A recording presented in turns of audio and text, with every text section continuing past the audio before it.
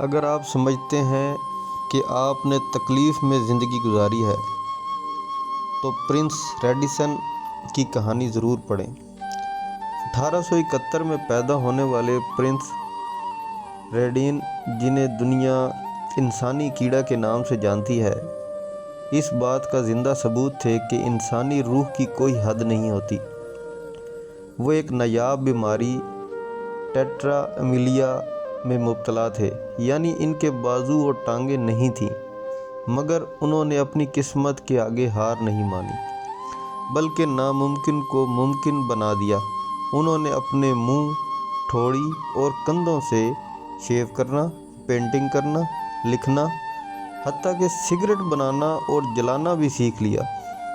1932 میں film freaks میں ان کا وہ منظر آج بھی یادگار ہے جب انہوں نے بغیر کسی مدد کے خود سگریٹ رول کیا اور جلایا۔ پرنس ریڈین کی کہانی ہمدردی کی نہیں، طاقت کی کہانی تھی۔